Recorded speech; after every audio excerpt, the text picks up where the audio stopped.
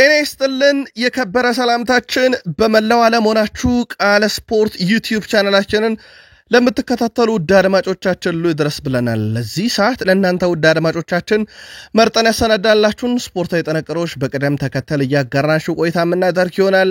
እንደ ሁልጊዜው ላይክ፣ ሰብስክራይብ፣ ሼር እያደረጋችሁ እስከ ፕሮግራማችን ፍጻሜ ቆዩ። ዛሬ በሀገር ቤት ብሔራዊ ቡድናችን የመጨረሻ ዓለም ዋንጫ ማጣሪያ ጨዋታውን ያደርጋል። ከዚህ ጋር አያይዘን ሰፋ ያለ መረጃ እናነሳለን። በሀገር ቤት በአፍሪካም የሚደረጉ በርከት ያሉ መርሃ ግብሮች አሉ። በአውሮፓም ዙሪያ የዓለም ዋንጫ የማጣሪያ መርሃ ግብሮች ይደረጋሉ። ትላንትና የነበሩ የዓለም ዋንጫ የማጣሪያ ጨዋታዎችን በስፋት እናነሳለን። በተለይም በየስቴዲየሞቹ ከነበሩ ሁነቶች ፍጹም ቅጣት ምት በዚህ ሁላ ጨዋታ ላይ ሲሳት የነበረበትን ምክንያት እንነግራችኋለን። ትላንትና በርከት ያሉ ፍጹም ቅጣት ምቶች ተስተዋል። የዓለም ከዋክብቶች እንዴት ያለ ምሽት አሳለፉ? ለየት ያሉ ጥንቅሮችን ከየስቴዲየሞቹ እናነሳለን። ለየት ያለ መረጃችን ግን በርካታም የእግር ኳስ ከዋክብትን አሳፍሮ ሲጓዝ የነበረው አውሮፕላን ከ25 ደቂቃ በኋላ የገጠመው ነገር አለ። በተጫዋቾቹ ላይ በአውሮፕላኑ ላይ ምን ተፈጠረ እንነግራችኋለን። ከዛ ውጪ በአውሮፓ ትልቅ ክለቦችና ትልቅ ተጫዋቾች ዕለታዊ ጥንቅሮቻችን ዛሬም እንደተጠበቁ ናቸው። የፕሪሚየር ሊግ የመረጃ ሰዓታችን ላይ ሰፋ ያለ መረጃ እናነሳለን። በቡድን ዜና ከሹምሽር ጋር በተያዘ በአሰልጣኝ የፕሪሚየር ሊግ አባይት ጉዳያችን ነው። በቡድን ዜና በርከት ያሉ ክለቦችና ተጫዋቾችን እናነሳለን። በቢግ ሲክስ ክለቦች ወይም በታላላቆቹ 6 ክለቦች ውስጥ በሲቲ ቤት ፊት አውራሪውን ኤርሊንግ ብሮት ሃላንድን ማንሳት ግድ ስለሚለን በስፋት እንመለከተዋለን የዚህን ተጫዋች ነገር። ከዛ ውጪ የቀድሞ የቼልሲ ተጫዋች ጋሪ ካሂል ስለ ቀድሞ ተጫዋቻቸው የሚለው ነገር አለ። የቼልሲን ደጋፊዎች ጥያቄ ምላሽ ለማምጣት ሞክረናል። ከዛ ውጪ ቡድኑን በመልቀቁ የተጸጸተውና በቼልሲ ቤት ከጉዳት ጋር በተያያዘ ተጨማሪ መረጃዎችን እናነሳለን። የሊቨርፑልም ተጫዋቾች ድንቅ ምሽት አሳልፈዋል ከሀገራቸው ጋር እንመለከተዋለን ይሄንን ሁነት። ከዛ በተጨማሪ በሊቨርፑልና በዩናይትድ መካከል የላንክሻየር ደርቢ ጨዋታም የዛሬ ሳምንት ይካሄዳል። ከዚህ ጋር አያይዘን ተጨማሪ መረጃ ለሊቨርፑል ደጋፊዎች የምንነግራቸው ይሆናል። በዛው አያይዘን የማንቸስተር ዩናይትድንም ዕለታዊ መረጃ እናነሳለን። የቡድኑን ቁልፍ ተጫዋች ድንቅ ምሽት ጨምሮ በቡድን ዜና ማንቸስተር ዩናይትድ ቤት በተለይም ኮቢ ሜኖ፣ ፓትሪክ ዶርጉ፣ ብሩኖ ፈርናንዴዝ እና አዲስ ያስፈረሙት ተጫዋችን የተመለከተ ጥንቅር ይዘናል። በማንቸስተር ዩናይትድ በኩል አንድ ትልቅ ሁነትም በቀጣይ ይጠበቃል ተብሏል። መች ምሮ የሚጠበቀው ጉዳይ በማንቸስተር ዩናይትድ የመረጃ ሰዓታችን በስፋት ከምንመለከታቸው ጉዳዮች ውስጥ ነው። ይህን የትድም ደጋፊዎች አብራችሁ እንድትቆዩ በአክብሮት ጋብዘናል። የአርሰናል የአማካይ ስፍራ ተጫዋች ድንቅ ነበረ ምሽቱ። የ81 ደቂቃን ምሽት እናነሳለን። ከዛ ውጪም በአርሰናልም በኩል በሀገራቸውን ወክሎ ሲጮቱ የነበሩ ተጫዋቾች ከጉዳት ጋር በተያያዘም በቡድን ዜና ሞስኬራ ቪክተር ዮኬሬሽን የተመለከተ ሰፋ ያለ ጥንቅር እናነሳለን። በአርሰናልም በኩል በርከት ያሉ ተጨማሪ መረጃዎች ተይዘዋል። እስከ ፕሮግራማችን ፍጻሜ ቆዩ። ላይክ፣ ሰብስክራይብ፣ ሼር ማድረግ እንዳይረሳ። ሀሳብ አስተያየታችሁን ስታጋሩን በሀሳብ መስጫ ሳጥናችን ላይ ስለ ብሔራዊ ቡድናችን ቅድመ ግምታችሁን ወይም መልካም ምኞታችሁን መግለጽ ትችላላችሁ። ጨዋታውን በስፋት እናነሳለን። ከቃል ስፖርት ዩቲዩብ ቻናል ቃል ነኝ። መልካም ቆይታ ተመኘን። ሉሲዎቹ ለወሳኙ ጨዋታ ዝግጅታቸውን ቀጥለዋል። የኢትዮጵያ ብሔራዊ ቡድን በ2026 የአፍሪካ ሴቶች ዋንጫ ማጣሪያ ከታንዛኒያ ጋር ለሚያደርጉት የደርሶ መልስ ወሳኝ ጨዋታ ዝግጅቱን አጠናክሮ ቀጥሏል። ትላንትና ዕለት 3ኛውን የልምምድ ጨዋታ ከኮልፌ ተስፋ ፕሮጀክት ወንዶች ቡድን ጋር ነው በአበበ ቢቂላ ስቴዲየም ሴቶቹ አከናውነው የነበረው። ወደ አፍሪካ ዋንጫ ለማለፍ የ180 ደቂቃ ፍልሚያ የቀራቸው የኢትዮጵያ ሴቶች ብሔራዊ ቡድን እንግዲህ በቀጣይ ጥቅምት 12 ከሜዳቸው ውጭ የመጀመሪያ ጨዋታቸውን ሲያደርጉ የመልሱ ጨዋታ ጥቅምት 18 የሚካሄድ ይሆናል። በጨዋታው ዙሪያ ተከታታይ መረጃዎችን እናነሳለን። የኢትዮጵያ ብሔራዊ ቡድን ዛሬ ከቡርኪና ፋሶ ጋር ጨዋታውን ያደርጋል። ትላንትና ልክ ምሽት 4 ሰዓት ሲል ኦት ዋግዱጉ ስቴዲየም ላይ ልክ ዛሬ ጨዋታው በሚደረግበት ተመሳሳይ ሰዓት ልምምድ አድርጓል። ዋሊያዎቹም የኢትዮጵያ ብሔራዊ ቡድን አረንጓዴ መለያ፣ ቢጫ ቁምጣ፣ ቀይ ካሶቶን ሲያደርጉ ተጋጣሚያችን ቡርኪና ፋሶ ሙሉ ነጭ መለያ በመልበስ ወደ ሜዳ የሚገቡ ይሆናል። የኢትዮጵያ እግር ኳስ ፌዴሬሽን መረጃውን አድርሶናል። በዛሬው ዕለት እንግዲህ የኢትዮጵያ ብሔራዊ ቡድን የመርሃ ግብር ማሙያ ጨዋታ ቢሆንም ልክ እንደ በቀደሙ በነፃነት ይጫወታሉ ተብሎ ይታሰባል። ያው ያለ ጫና መጫወት የሚችሉበት ሌላ አስደናቂ ምሽት ልንመለከት እንችላለን። ባለሜዳዋ ቡርኪና ፋሶም ባለፉት ወደ 20 የሚጠጋ ጨዋታ 10 ድል 4 አቻ 6 ሽንፈት ገጥሟታል። ኢትዮጵያ ብሔራዊ ቡድን በአንጻሩ ካለፉት 16 ጨዋታ 9 ሽንፈት 4 አቻ 3 ድል አለን። በብሔራዊ ቡድናችን በኩል በጨዋታዎቹ ዙሪያም የተወሰኑ መረጃዎችን ለማከል የቡርኪና ፋሶ ብሔራዊ ቡድን ባለፉት 5 የመጨረሻ ጨዋታ ላይ 2 ድል 1 አቻም 2 ሽንፈት ገጥሟቸዋል። የኢትዮጵያ ብሔራዊ ቡድን 2 ድል 3 ሽንፈት ገጥሟቸዋል። ኦልሞስት በጣም የተቀራረበ ነው። የአንድ አቻና የአንድ ሽንፈት ልዩነት ነው በመካከላቸው ያለው። በእርስ በርስ ግንኙነት እነኚህ ሁለት ብሔራዊ ቡድኖች ማለትም ኢትዮጵያና ቡርኪና ፋሶ 3 ጊዜ ተገናኝተዋል። ኢትዮጵያ ብሔራዊ ቡድን አንድም ጊዜ ቡርኪና ፋሶን ማሸነፍ አልቻለችም። 2 ጊዜ ቡርኪና ፋሶ አሸንፋለች፣ አንድ ጊዜያቸው ወጥቷል።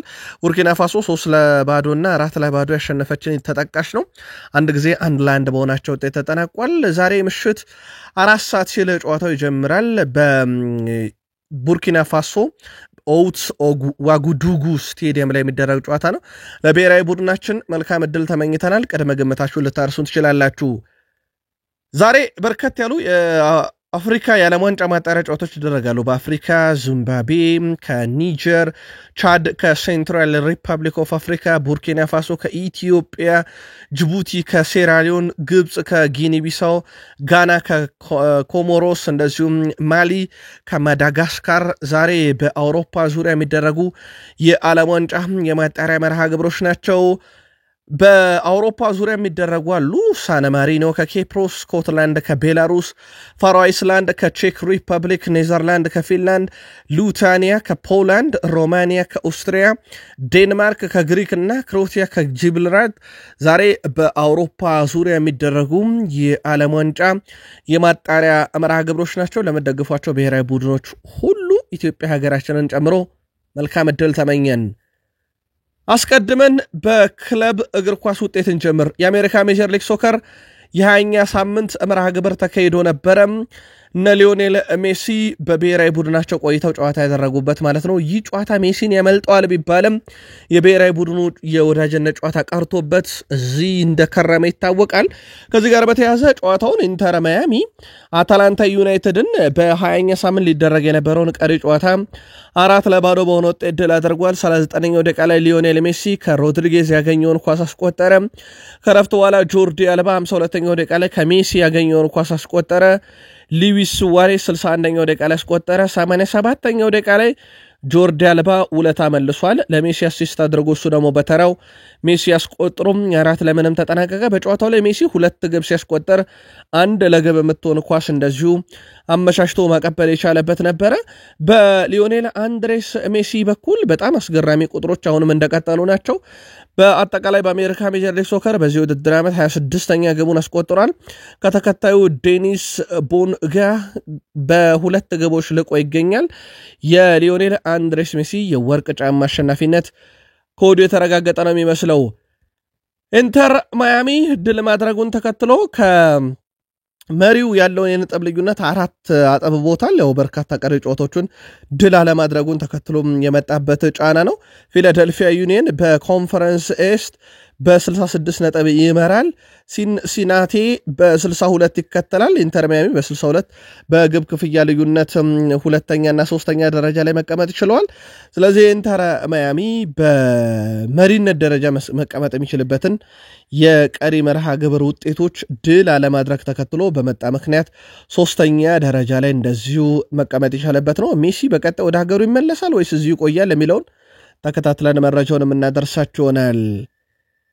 ትላንት ምሽት በአውሮፓ ዙሪያ የዓለም ዋንጫ ማጣሪያ ጨዋታዎች ነበሩ። ለየት የሚያደርገው ነገር ትላንትና ሲመቱ የነበሩ ፍጹም ቅጣት ምቶች በከዋክብቶች ዘንድ ሲሳቱ ነበረ።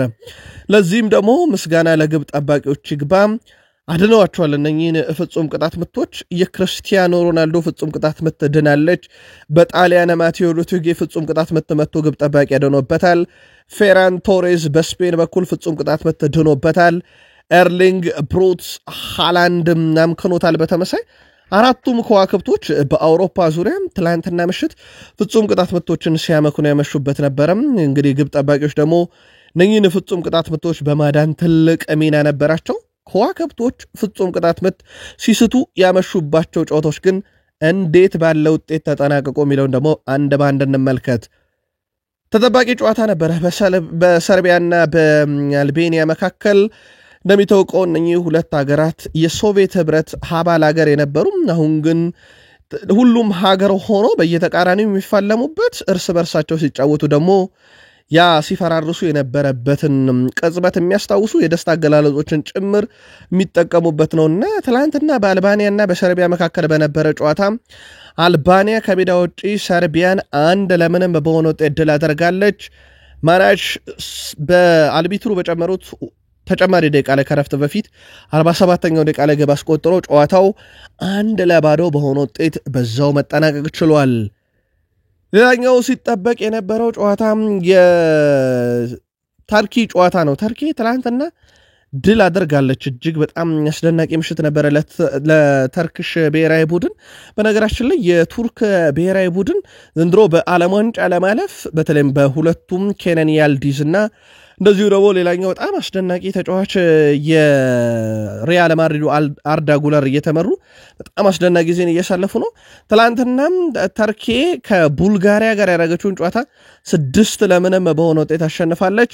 በግብ ማስቆጠር ረገድ ለተርኪ አርዳ ጉለር 11ኛው ደቂቃ ላይ፣ ፖፖቭ በራሱ መረብ ላይ 49ኛው ደቂቃ ላይ፣ ኬን ያልዲዝ 52ኛውና 56ኛው ደቂቃ ላይ፣ ክሊክ 66ኛው ደቂቃና ከቫሲ 93ኛው ደቂቃ ላይ ስድስቱን የተርኪ ግቦች ሲያስቆጥሩ ለባለሜዳው ቡልጋሪያ ከሽንፈት ያልታደገች ብቸኛ ግብ በጨዋታው 13ኛው ደቂቃ ላይ ኪርሎቭ ማስቆጠር ችሏል። ግን ብሔራዊ ቡድኑን ከሽንፈት ሊታደግ አልቻለም። አርዳ ጉለር ከቡልጋሪያ ጋር በነበረው ጨዋታ 1 ግብ አስቆጠረ፣ 2 አሲስቶችን ማበርከት ችሏል። በነገራችን ላይ በሜዳ ላይ 4 ትልልቅ የግብ ዕድሎችን የፈጠረው እሱ ነው። 91% ኳስ የማቀበል ስኬት ነበረው።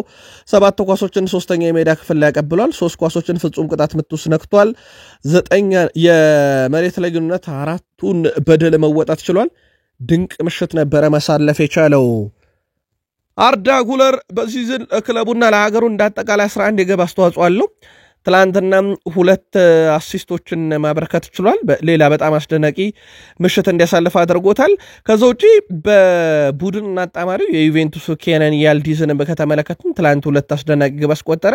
አርዳ ጉለር 1 ግብና 2 አሲስት። ሁለቱ ቱርካውያን ተጫዋቾች በቀጣይ በትልቁ እየተጠበቁ ይገኛሉ። በተለይም ኬነን ያልዲዝ ካስታወሳችሁ በዩቬንቱስ ቤት ከሰሞኑ ኮንትራት የማራዘም ሂደት እየተሰራ ነው። የአርሰናል መለማዮች ተጫዋቹን እየተመለከቱ ነው።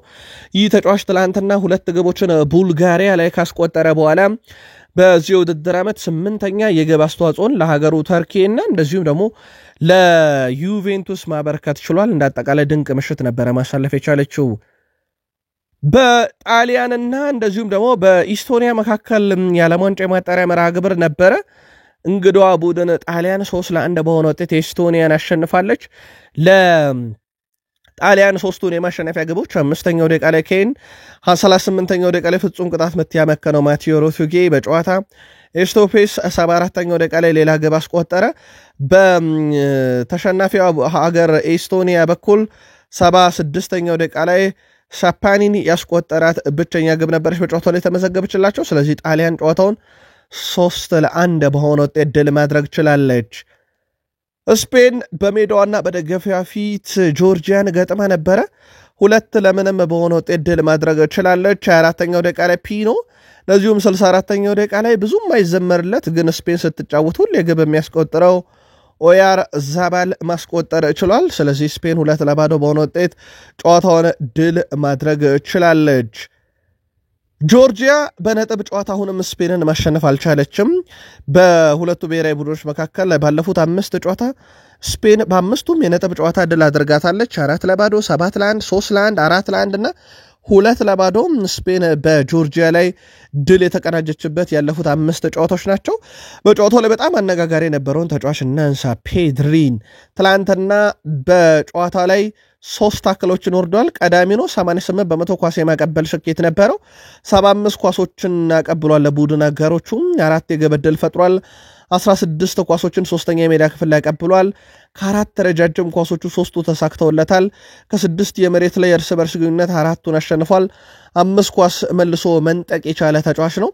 ትላንትና ፔድሪ ድንቅ ብቃቱን በስፔን ብሔራዊ ቡድን የድል ምሽት ላይ ማሳየት ችሏል። በቀጣይ እንግዲህ ከባርሴሎና ክለብ ጋር ተመልሶ በጄሮና ጨዋታ ላይ ይሳተፋል ተብሎ ይጠበቃል። ከጉዳት ነፃ መሆኑን ትላንት ተመልክተናል። የኖርዌይ ብሔራዊ ቡድን ከኢስራኤል ጋር ያደረጉትን የዓለም ዋንጫ የማጣሪያ ጨዋታ 5-0 በሆነ ውጤት ድል አድርገዋል። በጨዋታው ላይ ኤርሊንግ ብሮት ሃላንድ ፍጹም ቅጣት ምት ማመከነ ግብም ማስቆጠረ። ትላንትና ሃላንድ 27ኛው 63ኛውና 72ኛው ደቂቃ ላይ ሃትሪክ መስራት ችሏል። አስቀድሞ ግን የኢስራኤሉ ተጫዋች ካህሊል በ18ኛው ደቂቃ ላይ በራሱ መረብ ላይ አስቆጠረ። እንደዚሁም ናችሚያስ ሌላ ግብ የኢስራኤሉ ተጫዋች 28ኛው ደቂቃ ላይ በራሱ ላይ አስቆጠረ። ስለዚህ የኢስራኤል ተጫዋቾች ግብ አስቆጠሩ ራሳቸው ለሁለት፣ ቀሪዎቹን 5 ግቦች 3ቱን ኤርሊንግ ብሮት ሃላንድ ከመረብ ማሳረፍ ችሏል። ኤርሊንግ ሃላንድ በጨዋታውም ያገኘውን ፍጹም ቅጣት ምት 2 ጊዜ ነው የሳተው። ኖርዌይ ሁሉንም የዓለም ዋንጫ የማጣሪያ ጨዋታ በማሸነፍ በ18 ነጥብ ምድቧን ስትመራ ሃላንድ ሀገሩን ለዓለም ዋንጫ ሊያበቃ ከጫፍ የደረሰበት ምሽት ነበር ማለት ይቻላል። ለመጨረሻ ጊዜ ሃላንድ ሀገሩን በወከለባቸው 2 ጨዋታዎች ላይ 8 ግቦችን አስቆጥሯል። ካስታውሳችሁ የመጨረሻው ኢንተርናሽናል ብሬክን ከ10 በላይ ግብ ሲያስቆጥሩበት ሃላንድ 5ቱን አስቆጥሮ ነበረ። ትላንትና 5 ሲደመር ግብ ሲያስቆጥሩበት ወይም 5 ግብ ሲያስቆጥሩ ሃላንድ 3ቱን አስቆጥሯል። ባለፉት 2 ጨዋታ ለሀገሩ በመጨረሻዎቹ 8ኛ ግቡ ላይ ደርሷል።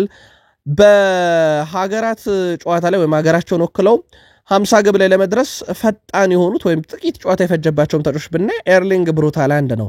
በ46 ጨዋታ ነው 50 ሲደመር ግብ ላይ ደረሰው። ሃሪኬን በ71፣ ኔይማር በ74፣ ምባፔ በ90፣ ሌዋንዶስኪ በ90፣ ሜሲ በ107፣ ክርስቲያኖ ሮናልዶ በ104 ጨዋታ ነው 50 ግብ የደረሱትና ሃላንድ ፈጣኑ ተጫዋች መሆን ችሏል። ለብሔራዊ ቡድን 50 ግቦች ላይ በመድረስ ሃላንድ በዓለም ዋንጫ ማጣሪያ ጨዋታም እስካሁን በ6 ጨዋታ 12 ግብና 2 አሲስት አለው። ትላንትናም እንግዲህ እንደተለመደው ግብ አስቆጠረ። ለኖርዌይ በ9 ተከታታይ ጨዋታ ግብ ያስቆጠረበትም ሲሆን በጨዋታው ሃትሪክ የሰራው ሃላንድ ለኖርዌይ ባደረጋቸው 2 ጨዋታ 8 ግብ አስቆጠረ። የጨዋታውም ኮከብ ተባለ። በሌላ ጨዋታ ውድ ቤተሰቦቻችን ፖርቱጋል ከአየርላንድ ያደረጉት ጨዋታ በትልቁ ይጠበቅ ነበረ። በጨዋታው ላይ ክርስቲያኖ ሮናልዶ ፍጹም ቅጣት ምት አምክኖ ጨዋታው ለፖርቱጋል ብሔራዊ ቡድን በጣም ረጅም ሆኖባት ነበረ።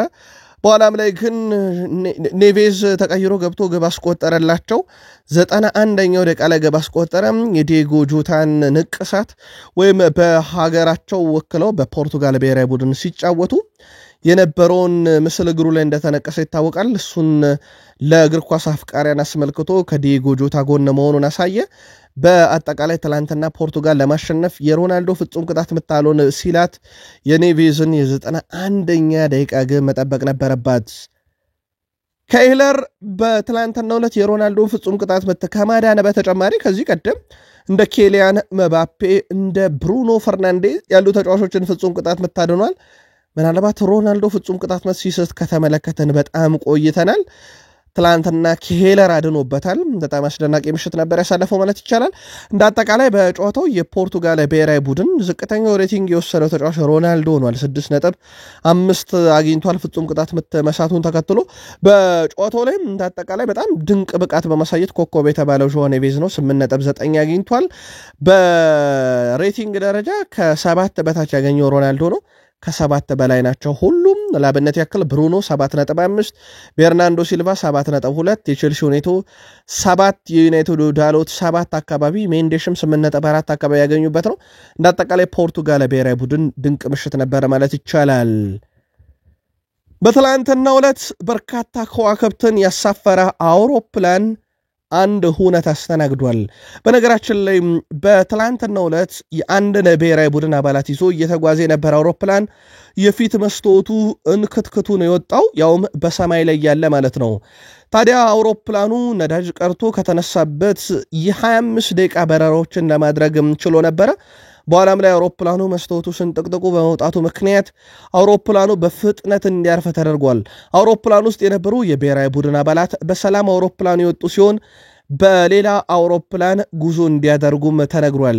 ይሁን ላይ የተፈጠረው ውድ ቤተሰቦቻችን በርከት ያሉ ከዋክብቶችን በያዘችው ብሔራዊ ቡድን እነ ቪክተር ኦስሜን፣ ኤድሞላ ሉክማንን ጨምሮ በፕሪሚየር ሊጉ ተጫዋች የሆኑት እነ አሌክስ ኢዮቢ፣ ካልቨን ባሴ፣ ኦያክና ሳሙኤል ቹኬዜን የመሳሰሉ ከዋክብቶችን የያዘችውን ናይጄሪያ ብሔራዊ ቡድን የጫና አውሮፕላን ነው ይህን ሁነት ምሽት ሲያስተናግድ የነበረው። በበርካቶች ዘንድ መደናገጥን ፈጥሮ ነበረ። ግን ከ25 ደቂቃ በኋላ አውሮፕላኑ በሰላም አልፎ እነሱም አውሮፕላን ከናይጄሪያ መጥቶላቸው እንግዲህ በናይጄሪያ ብሔራዊ ቡድን ውስጥ የነበረው መደናገጥን ያስቀረ ሆኗል። በአውሮፕላን ውስጥ የነበረ አንድም አካል አደጋም እንዳልደረሰበት ጉዳትም እንዳልደረሰበት ማረጋገጥ ተችሏል። አውሮፓንን ውድ ቤተሰቦቻችን ስቴቨን ጄራርድ እና በሬንጀርስ ሰዎች መካከል ከፍ ያለ ድርድር ሰሞኑን ሲካሄድ ነበረ። በተለይም ሩስል ማርቲንን ከ4 ወር ከ123 ቀን በኋላ ያሰናበቱት ሬንጀርሶች ዳግም ስቴቨን ጄራርድን ወደ ክለባቸው ማምጣት ፈልገው ነበር በአሰልጣኝነት። ድርድሩ እንዳልተሳካ ስካይ ስፖርት ካረጋገጠ በኋላ ስቴቨን ጄራርድ ሬንጀርስን እንደማይረከብ ተረጋግጧል። ስለዚህ አሁንም በተንታኝነት በትልልቅ ሚዲያዎች ላይ ስቴቨን ጄራርድን ማየታችንን እንቀጥላለን። ሬንጀርስ ዳግም ይመለሳሉ ወይስ አዲስ ሰው ይፈልጋሉ የሚለውን የምንመለከት ይሆናል በቀጣይ። ኬሊያን ምባፔ በ10 ተከታታይ ጨዋታ ግብ እንዳስቆጠረ ነግረናችኋል ከሰሞኑ። በነገራችን ላይ በእግር ኳስ ታሪክ የተመዘገበው ትልቁ ሪካርድ 2012-13 የውድድር ዓመት ሊዮኔል አንድሬስ ሜሲ በ21 ተከታታይ ጨዋታ ላይ ግብ አስቆጥሯል። እነኚህ ሪካርዶች ላይ ለመድረስ 11 ተከታታይ ጨዋታ ለኬሊያን ምባፔ ያስፈልጉታል። ኬሊያን ምባፔም አሁን ከብሔራዊ ቡድኑ ጋር ይገኛል። ከደረሰበት የሰሞኑ ጉዳት አገግሟል ተብሏል። 10 ተከታታይ ጨዋታ ለሀገሩ ፈረንሳይና ለሪያል ማድሪድ ማበርከት ችሏል። ውድ የቃል ስፖርት ዩቲዩብ ቻናል ቤተሰቦች ከቃል ስፖርት ዩቲዩብ ቻናል ለዚህ ሰዓት የመራረጥናላችሁን ስፖርታዊ ጥንቅሮች እያጋራናችሁ እንገኛለን። ከተወዳጁ የእንግሊዝ ፕሪሚየር ሊግ ታላላቅ ክለቦች ወዳገኘናቸው የዕለቱ ጥንቅሮቻችን እንሻገር። ላይክ፣ ሰብስክራይብ እና ሼር እያረጋችሁ ከፕሪሚየር ሊግ የመረጃ ሰዓታችን ጋር መልካም ቆይታ ተመኘን። ኖቲንግሃም ፎረስት የቡድኑን ዋና አሰልጣኝ አንሄ ፖስቴኮግሉን ከኃላፊነት ሊያሰናበት እንደሚችል ይታወቃል። የክለቡ ባለቤት ማርኪኒያስ አሰልጣኝ አንሄ ፖስቴኮግሉን ለማሰናበት በማሰብ ላይ እንደሚገኙ ያረጋገጠው ቴሌግራፍ የክለቡ ባለቤት በምትኩ አሰልጣኝ ሻን ዳይክን በኃላፊነት ለመሾም እያሰቡ እንደሆነ ተነግሯል። በተጨማሪም ስቲቭ ኩፐር ሌላኛው አማራጭ መሆናቸው ተይዟል። እንግዲህ ዶሮን በቆቅ የለወጡት የክለቡ ባለቤት በማርኪኒያስ በኩል ማለት ነው ከኑኖ ስፕሪንቶ ሳንቶስ ጋር የውጤት ችግር ሰጣ ገባ አልገጠማቸውም ነበረ። በዝውውር መስኮቱ ላይ ነው ሰጣ ገባ ውስጥ የገቡት። ያንን ሰጣ ገባ አልፈው ፕሪሚየር ሊጉ ከተጀመረ በኋላ እሳቸውን መሰናበቱ ኖቲንግሃም ፎረስትን ዋጋ አስከፍሎታል የሚለውም በቀላሉ የሚገለጽ አይደለም። ባንጌ ፖስቴኮግሉ ስር ድል የሚባል ነገር የለም፣ ሽንፈት ብቻ ነው። የመውረድ ፐርሰንታቸው ነው ከፍ ያለው። እንደውም አሁን በፕሪሚየር ሊጉ ከመቆየት ይልቅ በኑኖ ስፕሪንቶ ሳንቶስ ስር ግን የአውሮፓን ትኬት የቆረጠ ቡድን ነበረ። እሳቸውን ያሰናበቱት ማርኪኒያስ አሁን እጄን በእጄ በለው ያሉ ይመስላል። ሻን ዳይች እና እንደዚሁም ደግሞ ስቲቭ ኩፐርን ቀጣይ እጩዎቻቸው አድርገዋል። ውድ የቃል ስፖርት ዩቲዩብ ቻናል ቤተሰቦቻችን በተወዳጁ የእንግሊዝ ፕሪሚየር ሊግ 20 ክለቦች ይፋለማሉ። የነኚህ 20 ክለብ አሰልጣኞች በጨዋታ ቅየራ ላይ ያላቸውን ስታተስ ተመልክተን ነበረ። በተለይም በፕሪሚየር ሊጉ ከሚገኙ ክለቦች ውስጥ ተጫዋቾችን ወደ ሜዳ አስገብተው ጨዋታ እንዲቀየርላቸው ካረጉ አሰልጣኞች እንደ ብራይተኑ አሰልጣኝ ፋቢያን ሁዝለር የተሳካለት የለም። አሰልጣኞች ወደ ሜዳ ካስገቧቸው ተጫዋቾች ካገኙት ጎልና ወደ ሜዳ አስገብቷቸው ጨዋታ እንዲቀይሩ በተባለው መሰረት ይልቁንስ ጎል የሚሆን ስህተት በመስራት ሂሳቡን ስናወራርደው ብራይተን ከቀየራቸው ተጫዋቾች 16 ግብ አግኝቶ 2 ግብ ተቆጥሮበታል። ፉልሃም 14 ግብ አግኝቶ ምንም ስህተት አልሰሩም። አርሰናል 10 አግኝቷል፣ ሊቨርፑልም 10 አግኝቷል። እንደዚህ ያለን ቁጥር ብናቀናንስ የፋቢያን ሁዝለሩ ብራይተን እንደዚሁም የማርኮ ሲልቫው ፉልሃም በዚህ ረገድ ከተቀያሪ ተጫዋች ጥሩ ነገር በማግኘት ወይም ኢፌክቲቭሊ የገቡት ተጫዋቾች የተሰጠውን ሚሽን በመወጣት ደረጃ ቀዳሚውን ስፍራ ይዛሉ።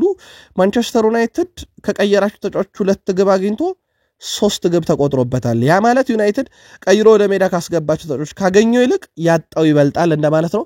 በፕሪሚየር ሊጉ 20ኛ ደረጃ ላይ ተቀምጧል። በዚህ ረገድ በፕሪሚየር ሊጉ ግን ቀዳሚዎቹ ብራይተን እና ፉልሃም ቀይሮ በሚያስገባቸው ተጫዋቾች ስተትም የመስራት እድላቸው በጣም ዝቅተኛ ሆኖ ተመልክተነዋል። በብዙ መለኪያዎች በክለብ ውስጥ ያሉ ተጫዋቾች በንጻሬ ከመቶ ሬሾ ሰጥቷቸው ነበረ በትራንስፈር ማርኬት በኩል ከዚህ ቁጥር ውስጥ ኤሊዮት አንደርሰን ቅድሚያውን ወስዷል ኤሊዮት አንደርሰን በሁሉም መመዘኛ ከ197 ነጥብ ተሰጥቶታል በፕሪሚየር ሊጉ ቀጥሎ ብሩኖ ፈርናንዴዝ 91 ሁለተኛ ዴክላን ራይስ በ93ኛ ሞይሰስ ካይሴዶ በ89 ነጥብ አራተኛ እንደዚሁም ማርቲን ዙቤሜንዲ በ89 በተመሳይ አምስተኛ ደረጃ ላይ መቀመጥ ችሏል እናም ይሄንን ዳታ ኤምቢ ፉትቦልም በፊት ገጹ ላይ ይዞት ወጥቷል በፕሪሚየር ሊጉ ድንቅ አፈጻጸም ያላቸው ተጫዋቾች በሚል ማንቸስተር ሲቲ ቤት ደረስን ውድ ቤተሰቦቻችን ኤርሊንግ ብሮት ሃላንድ በዚህን በነገራችን ላይ በአማካይ በጨዋታ ሁለት የግብ አስተዋጽኦ አለው ውድ ቤተሰቦቻችን ይሄ ቀላል የሚባል ቁጥር አይደለም ስለዚህ ከሃላንድ በአንድ ጨዋታ ወይ ግብ ወይ አሲስት ወይ ሁለት ግብ ወይ ሁለት አሲስት እንጠብቃለን እንደማለት ነው ኤርሊንግ ሃላንድ በዘንድሮ ውድድር ዓመት ካስቆጠራቸው ወደ 21 የሚጠጉ ግቦች ደግሞ አንድ ብቻና ፍጹም ቅጣት ምት ትላንት በሁለት ዙር ቢመታም መሳቱ ይታወሳል በምሽቱ ጨዋታ ላይ ኤርሊንግ ብሮት ሃላንድ ለኖርዌይ በ9 ተከታታይ ጨዋታ እንዳስቆጠረው ሁሉ ለማንቸስተር ሲቲ በ7 ጨዋታ ላይ በተከታታይ ግብ አስቆጥሮላቸዋል ኤርሊንግ ብሮት ሃላንድ በዚህ ውድድር ዓመት አንድ ክለብ ላይ ብቻ ነው ምንም አይነት የግብ አስተዋጽኦ የሌለው ቶትናም ሆትስፐርስ ላይ ነው ከዛውጪ ሲቲ ባሸነፈውም በተሸነፈውም ለኖርዌይ ጨዋታ ባሸነፈችም በተሸነፈችበትም ጨዋታ ላይ የግብ አስተዋጽኦ ማበርከት ችሏል ልክ እንደ ኬሊያን መባፔ ማለት ነው ማሎርካ ላይ ብቻ ነው በዚህ ዓመት ግብ ያላስቆጠረው ከገጠማቸው ቡድኖች ቀሪዎቹም ኬሊያን መባፔ ግብ ተቆጥሮባቸው ለአሲስት አድርጓል ሃላንድም ከወልቭሱ የፕሪሚየር ሊግ ጨዋታ ጨምሮ ሞልዶቫ ላይ 5 ግብ እስከ ማስቆጠር ትላንትና ሃትሪክ እስከ መስራት የደረሰበትን ምሽት አሳልፏል በነገራችን ላይ ትላንትና ለመጀመሪያ ጊዜ ነው 3 ግብ ያስቆጠረው የሞልዶቫ ጨዋታ ያው 3 ሲደመር በላይ ስለሆነ ማለት ነው የሞልዶቫን ጨዋታ ደግሞ ለየት የሚያደርገው ከ5 ግብ በተጨማሪ 2 አሲስት አለው ትላንትና ግን ንጹህ ሃትሪክ ሰርቷል 3 ብቻ ግቦችን ያስቆጠረበት ምሽት ነበር እንደ አጠቃላይ ኤርሊንግ ብሮት ሃላንድ በምሽቱ ጨዋታ እንኳን ብንመለከተው 3 ግብ አስቆጠረ ፍጹም ቅጣት ምታመከነ 5 ኢላማውን የጠበቀ ሙከራ አደረገም 100% የመሬት ላይ ግንኙነቶችን አሸንፏል 80% ኳስ የማቀበል ስኬት ነበረው የሃላንድ ምሽት ቀላል የሚባል አልነበረም አንድ መረጃ እናክል ምናልባት የወርቅ ጫማውን ለመውሰድ ሶስት ተጫዋቾች በትልቁ ይጠበቃሉ ሃሪ ኬን ኬሊያን ምባፔ እና ራሱ ኤርሊንግ ብሮት ሃላንድ በ12 ጨዋታ 21 ግብና 3 አሲስት አለው ሃሪ ኬን በ12 ጨዋታ 19 ግብና 3 አሲስት ኬሊያን ምባፔ በ13 ጨዋታ 17 ግብና 4 አሲስት አለው ምንም ጥያቄ የለውም ከሶስቱ ያልፋል ተብሎ አይተጠበቅም ያው ሃላንድ ከአናቶኒ ይመራዋል ከፍተኛ ግብ አስቆጣሪነቱ በአውሮፓ ዙሪያ ከኬን በሁለት ግቦች ልቆ ይገኛል ከኬሊያን ምባፔ በአራት ግብ ልቆ ይገኛል ሃላንድ ያው የወርቅ ጫማውን አምና ኬሊያን ምባፔ ነው የወሰደው ዘንድሮ ደግሞ ሃላንድ ይጠበቃል በትልቁ በሃሪ ኬንም በኩል ቀላል ግብ አስቆጣሪ አይደለም የሶስቱ ፍክክር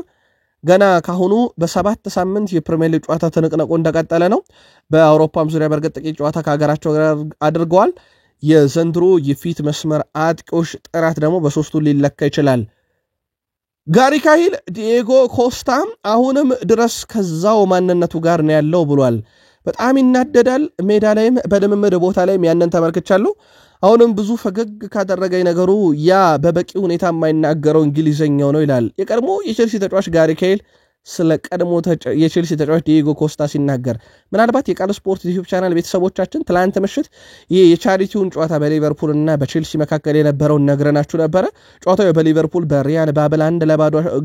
በሪያን ባብል ግብ 1-2 አሸንፏል ግን ጨዋታው ላይ ከነበሩ ክስተቶች ምሽትም የዲኤጎ ኮስታን ጀብደኝነት የኤዲን ሃዛርድን የታለንት ብቃትም ትላንት የተመለከተበት ነበር ከዚህ ጋር ያይዞ ነው ጋሪ ካሂል አሁንም ያ ይሄ ተናዳጅነቱ ቁጥነቱ ሜዳ ላይ ተመልክቻለሁ ብሏል በትላንትናው ዕለት በተለይም እንደ ዲኤጎ ኮስታ ቴሪ ቼክ እነ ማይክል ኤሴን እነ ኤዲን ሃዛርድ ወደ ሜዳ ተመልሰው የተጫወቱበት ነበር እንዳጠቃላይ ምሽቱ በጣም አስደናቂ ነበር ጋሪ ካሂልም የቀድሞ ተጫዋቹ በቼልሲ ያለውን ጀብደኝነት አውስቷል ሌላ ትላንት ምሽት ለቼልሲ ደጋፊዎች ከነገርናቸው መረጃዎች ውስጥ በሰበር የኤንዞ ፈርናንዴዝን ጉዳት ነግረናችሁ ነበር በርካቶችም በሐሳብ መስጫ ሳጥናችን ላይ ጉዳቱ ከምን ደረሰ የሚል ጥያቄ ስታደርሱን ነበር ቃል ስፖርት ዩቲዩብ ቻናል በምሽቱ ፈጣን መረጃ ለቼልሲ ደጋፊዎች ካደረሰን በኋላ እስከዚህ ሰዓት ድረስ በተከታተለው መረጃ መሰረት ተጫዋቹ ወደ ለንደን ተመልሷል። የሕክምና ምርመራና ተጨማሪ የሕክምና እርዳታ እየተደረገለት ነው ተብሏል። ቼልሲ ተጫዋቹን በፍጥነት በሳምንቱ መጨረሻ በሚደረግ የፕሪሚየር ሊግ ጨዋታ ላይ ማድረስ ጥረት ያደርጋሉ። ነገር ግን ጉዳቱ በጣም አሳሳቢ ከሆነ በጨዋታው እንዳይገኝ ይደረጋል ተብሏል። ስለዚህ የሕክምና ምርመራ ውጤቱን እየተጠባበቅን እንገኛለን። ስለዚህ ለቼልሲ ደጋፊዎች እኛም እየተከታተልነው ነው። በቀጣይ መረጃችን እናካትተዋለን። ከቃል ስፖርት ዩቲዩብ ቻናል ፈጣን መረጃዎቻችን ጋር አብራችሁ ስትቆዩ ማለት ነው። ቼልሲ ያለ ፓልመር ጉዞ ላይ ይገኛል። ያው ለተጨማሪ ወር ጉዳት አጋጥሞታል። ስለዚህ በኖቬምበር ወር ነው ኮል ፓልመርን የምንጠብቀው። ግን የተወሰኑ መረጃዎችን እንመልከት እስቲ የኮል ፓልመር እና ያለ ኮል ፓልመር ቼልሲ ምን ይመስላል የሚለውን። ኮል ፓልመር ጋር የማሸነፍ የጨዋታውን ብዛት እናንሳ። 38 ጨዋታ አድርጓል እስካሁን በፕሪሚየር ሊጉ ማለት ነው። 20 ድል ነው። በኮል ፓልመር በሌለባቸው ጨዋታዎች በ7 ጨዋታም 3 ድል ነው ያላቸው፣ ሁለት ተሸንፈዋል። ከኮል ፓልመር ጋር 9 አቻና 9 ሽንፈት ገጥሟቸዋል። ጎልን ካየን ከኮል ፓልመር ጋር ሲሆን ቼልሲ 65 ግብ አስቆጥሯል በነኚህ 38 ጨዋታ። ያለ ኮል ፓልመር በ7 ጨዋታ 12 ግብ አለው። ይህንን በመቶኛ ቀይረን ብንናገረው ሞር ለመረዳት ይረዳል። ከኮል ፓልመር ጋር ሲሆን ቼልሲ 52.6 በመቶ ጨዋታ ያሸንፋል። ኮል ፓልመር ከሌለ ግን 42.9 በመቶ ብቻ ነው። ስለዚህ ከፓልመር ጋር ቼልሲ ምን ያህል ጥሩ እንደሆነ ማሳያ ቁጥር ተደርጎ ሊወሰድ ይችላል። ጄደን ሳንቾን እንግዲህ በአንድ ዓመት የውሰቱል የማስፈረም ግዴታ ቼልሲዎች ካመጡት በኋላ ግን ከተጫዋቹ ጋር በድርድር ሰዓት ላይ በደሞዝ ምክንያት ወይም እሱ 325,000 ፓውንድ በሳምንት ፈልጋለሁ በማለቱ ምክንያት ከቼልሲ ጋር በዚህ ምክንያት ብቻ ውሉ ፈርሶ ቼልሲም 5 ሚሊዮን ፓውንዱን ለዩናይትድ ቅጣት ከፍሎ መለሱት። ከዛ ከዩናይትድ ወደ አስቶን ቪላ መራ። አሁን ለተጫዋቹ ቅርብ የሆኑ ምንጮች የቼልሲን ጥያቄ ውድቅ ማድረጉና ወደ ዩናይትድ ተመልሶ በውሰት ወደ አስቶን ቪላ መሄዱ አሁን ላይ ጥሩ ስሜት እንዳልሰጠው አረጋግጧል። ለጄደን ሳንቾ ቅርብ የሆኑ ምንጮችም እንዳረጋገጡት ከሆነ ተጫዋቹ በዛው በቼልሲ ቤት የቀረበለትን ሳምንታዊ ደሞዝ መቀበል ላይ መስማማት እንደነበረበት ይሰማልና ቼልሲን በመልቀቁ በጣም አሁን ላይ ተጸጽቷል የሚሉ መረጃዎች በስፋት ወጥተዋል። ይህ ተጫዋች ከዩናይትድ ተጫዋች በለቀቀ ቁጥር እንኳን ወደ ነፃነት ምድር መጣችሁ በማለት የሚታወቀው ተጫዋች አሁን እሱ ነፃነቱን እንዳጣ ፍንጭ የሰጠበት ሐሳብ ይመስላል።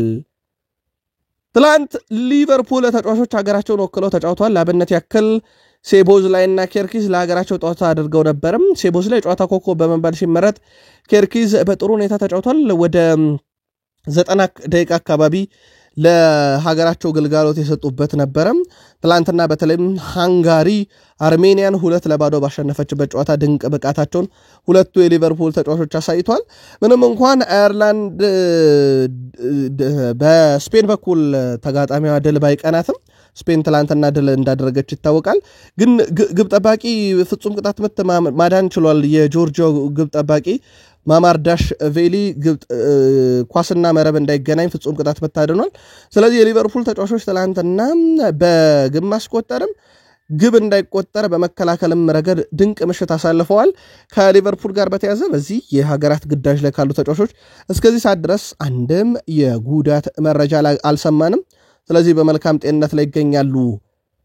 ሊቨርፑል በቀጣይ ሳምንት ልክ የዛሬ ሳምንት ማለት ነው በአንፊልድ ሮድ ስቴዲየም ዩናይትድን ይገጥማል። እንግዲህ እንደሚታወቀው ሊቨርፑል ተከታታይ 3 ጨዋታ 2 በፕሪሚየር ሊግ 1 በአውሮፓ ሻምፒዮንስ ሊግ ሽንፈት ከደረሰበት በኋላ ኢንተርናሽናል ብሬኩን እንደ ጥሩ ማገገሚያ እንወስደዋለን ብለው ነበረ ስሎት። እንግዲህ እስከዚህ ሰዓት ድረስ አንድም የጉዳት መረጃ አልሰማንም። በዚህ ቡድን ውስጥ ባለፉት 10 ዓመታት ሊቨርፑል ማንቸስተር ዩናይትድ ላይ የበላይነት ወስደው ነበር። ያለፉት 10 ዓመታት ድምር ውጤት አንፊልድ ላይ ማለት ነው ውድ ቤተሰቦቻችን ሊቨርፑል 20 ግብ አስቆጥሯል። ዩናይትድ 4 ብቻ ነው ያስቆጠረው። ስለዚህ ይህንን ማስቀጠል የሚችሉበትን አጋጣሚ ለመፍጠር ከዛ ውጪ በተከታታይ ከደረሰባቸውም አስከፊ ሽንፈቶች ለማገገም የሚያደርጉት ጥረት ነው። በእርግጥ ዩናይትድም ከሰሞኑ በብዙ መንገድ አገግሞ በሰንደርላንዱ ጨዋታ ላይ እንግዲህ ሩበን አሞሪም የጨዋታ ስታይሉን ባይቀይሩም ግን ቡድኑ የሚያሸንፍበትን መንገድ አግኝተዋል እስኪባል ድረስ ጥሩ ነበሩ ዩናይትዶች። ትልቅ ጨዋታ ነው የሚሆነው። አንድ ሳምንት ይቀረዋል። ሁለቱ ክለቦች በተለይም በብሔራዊ ቡድን የሰጧቸውን ተጫዋቾች ከጉዳት ነፃ ሆነው እንዲመጡላቸው በብዙ እየተጠባበቁ ይገኛሉ። በዚሁ የዩናይትድን መረጃን ቀጥል። ብሩኖ ፈርናንዴዝ በፕሪሚየር ሊጉ ባለፉት 4 የውድድር ዘመናት የሱን ያክል የግብ ዕድል የፈጠረ የለም። 2022-23 በ119 ከፍተኛ የግብ ዕድል ፈጣሪነት አጠናቀቀ። 2023-24ን በ114 አምና በ91 ጨርሷል። ዘንድሮ በ19 እየመራ ይገኛል። ብሩኖ ፈርናንዴዝ በዩናይትድ ከዛው አስደናቂ ብቃቱ ጋር አመቱን የጀመረ ይመስላል። ግራኒት ዣካ በአንደኛ ስፍራ ላይ ያስቀመጠው ተጫዋች ሆኗል። በነገራችን ላይ ብሩኖ ፈርናንዴዝ ለብዙ ዓመታት በወጥ ብቃትነት ታይቷል።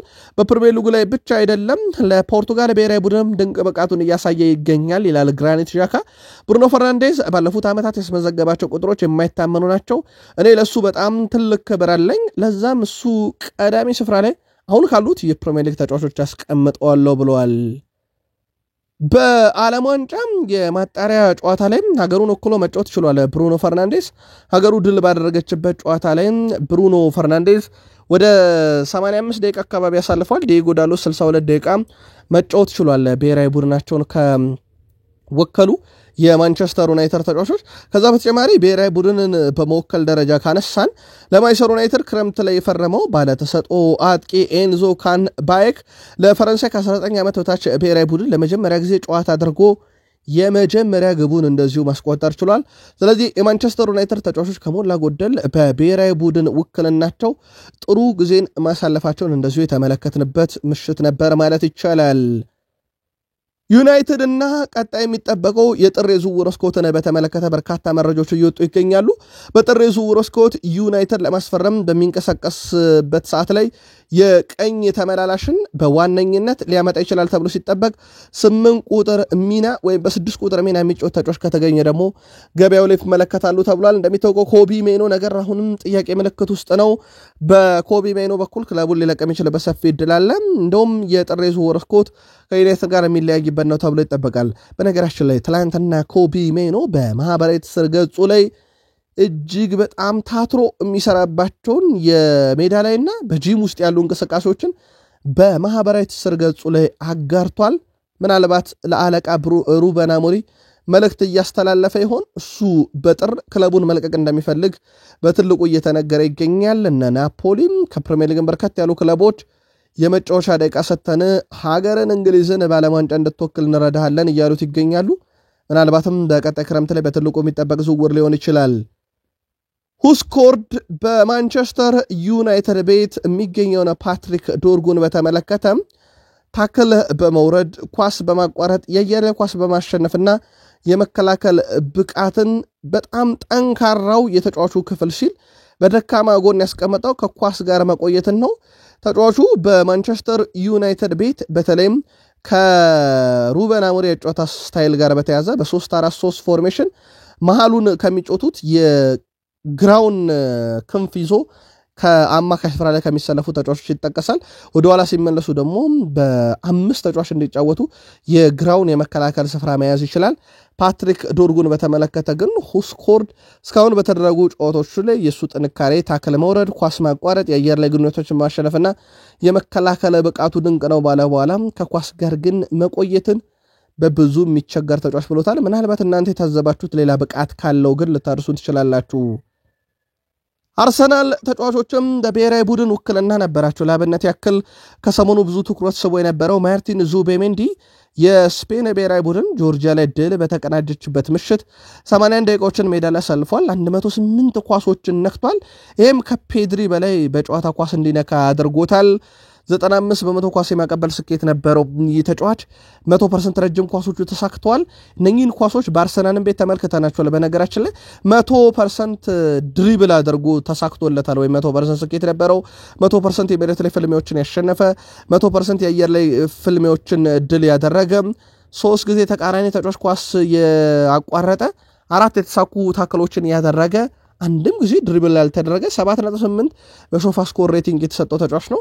ይህ ተጫዋች እንዳጠቃላይ በሜዳ ላይ የነበረው ብቃት ፍጹም የተለየ ነበረና አርሰናል እንዴት ያለ አስደናቂ ተጫዋች እንዳስፈረመ በአርሰናል ጨዋታ ብቻ አይደለም ትላንት ሀገሩንም ሲወክል ተመልክተናል። በዙቤሜንዲ በኩል ከአርሰናልም ጋር ይዞ ትላንትና በተለይም የስኳድ ዴብዛችን መስፋት ቡድኑ ከሳምንት በድል ጎዳና እንዲጓዝ አድርጎታል። ስለዚህ ቀጣይም በዚሁ በድል ጎዳና ከአርሰናል ጋር እንቀጥላለን ማለቱ ይታወቃል። የአርሰናሉ ተከላካይ ሪካርዶ ካላፊዮሪ ከሰሞኑ ጣሊያን የሌለችበት የዓለም ዋንጫ እንዲኖር አልፈልግም ካለ በኋላ ትላንትና ሀገሩ ድል ስታደርግ በሜዳ ላይ ድንቅ ብቃታቸውን ካሳዩ ተጫዋቾች ይጠቀሳል። የአርሰናሉ የግራ ተከላካይ ሪካርዶ ካላፊዮሪ ትላንትና ብዙ ኳስ የነካ ነው። እሱ በነገራችን ላይ ቀጥሎ የምንነግራችሁ ቁጥር ከሜዳ ላይ ቀዳሚ ያደርገዋል። ብዙ ኳስ የነካ የተሳኩ ፓሶች፣ ኢንተርሴፕሽን፣ ኳስ ማቋረጥ፣ ኳስን ብሎክ ማድረግ፣ ሙከራ ሰዓት ላይ የአየር ላይ ኳሶችን በማሸነፍ በእነኚህ ሁሉ አንደኛ ነው። 2 ቁልፍ ኳስ አቀብሏል። 4 የግብ ሙከራ አድርጓል። 2 ጊዜ የተሳኩ ታክሎችን ፈጽሟል። 7.7 ሬቲንግ ተሰጥቶታል። ሌላ በጣም አስደናቂ ምሽት ያሳለፈ ተጫዋች ሆኗል። ለምን ማይክል አርቴታም ከማይል ሉዊስ ስኬሊ በተሻለ ቋሚ እንዳደረጉት ትላንትናም በጣሊያን ብሔራዊ ቡድን በኩል ሪካርዶ ካላፊዮሪ ያስመልክቶናል።